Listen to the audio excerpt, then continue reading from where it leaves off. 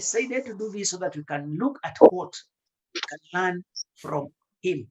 We all make mistakes. Nobody does not make mistake. It's only God. And if we made mistake along the way, I normally look to the Bible, and that's why I decided to leave Islam, so that I can be speaking to people who we can agree and understand from the same reference. I was having a bit of a problem when I was in Islam because I was not knowing if I'm going to give the Quran and who I'm talking to. I realized that 98.9% of my followers are Christians. And I decided that I'm alone, so I better join and become like them, because you must be one with your audience. So if you look at the scriptures, they are very clear on how things evolve. So one of the things that I have learned from the Bible is that you get blessings by giving. Blessings by giving. We are not, ourselves and our generation, doing what we need to do because we have so much knowledge within ourselves. We are not sharing the knowledge. We are not growing the economy because from those who got employed, like Charity, and I'm sorry that Charity, I'm using you, you work until you retire. By the time you retire, you have not even planned on what you're going to do post-retirement.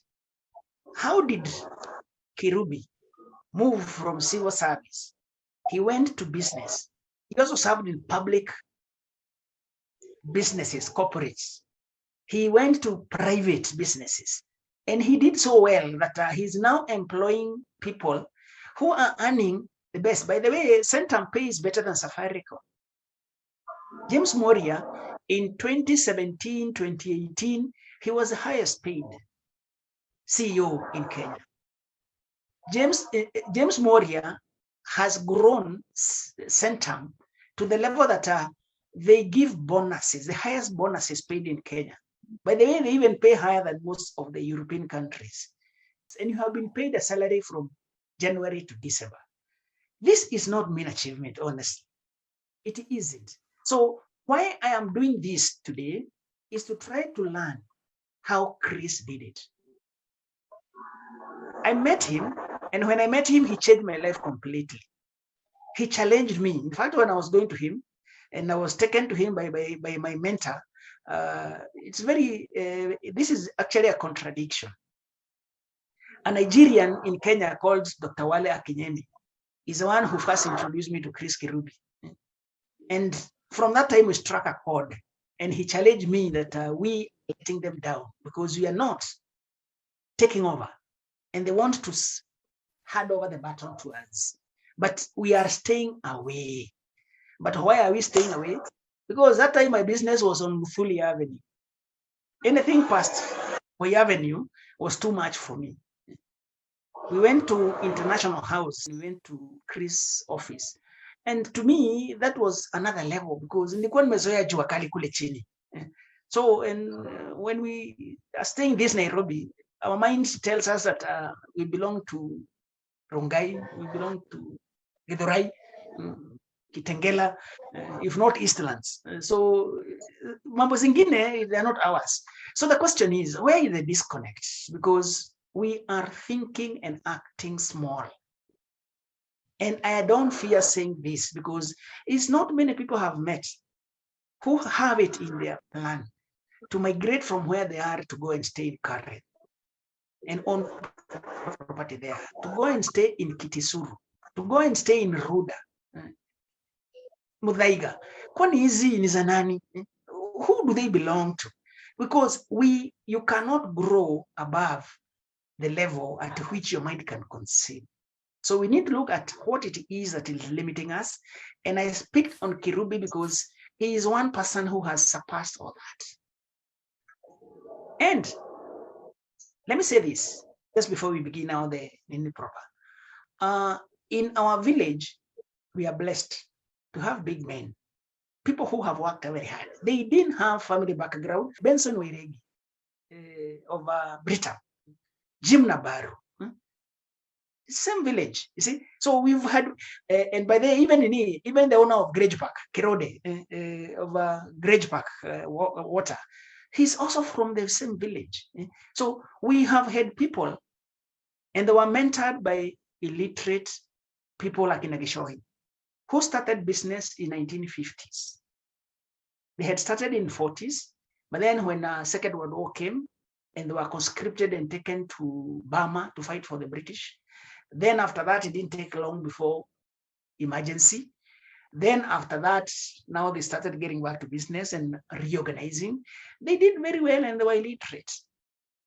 Good thing.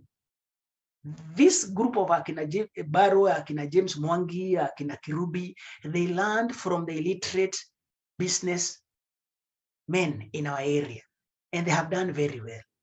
By the way, those wazees who were illiterate are the ones who made the part below Tomboya up to all the way down to River Road, and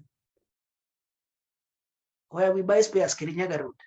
So there are so many people from our area who own properties in that area. It was called Little Moranga. But now the sons and the ones who they mentored, Akina Baro, they now own property in Upper Hill. Upper Hill. So you can see them, they were growing up, but we are not there. We are actually missing completely.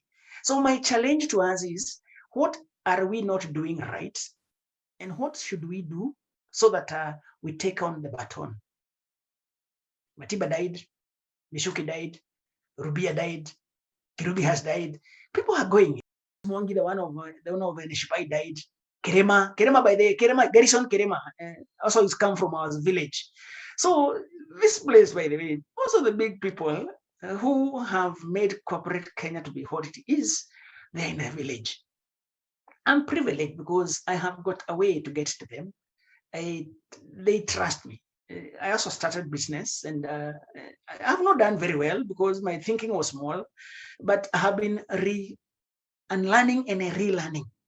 You must first unlearn, because what you hold in your mind is what determines how far you can go.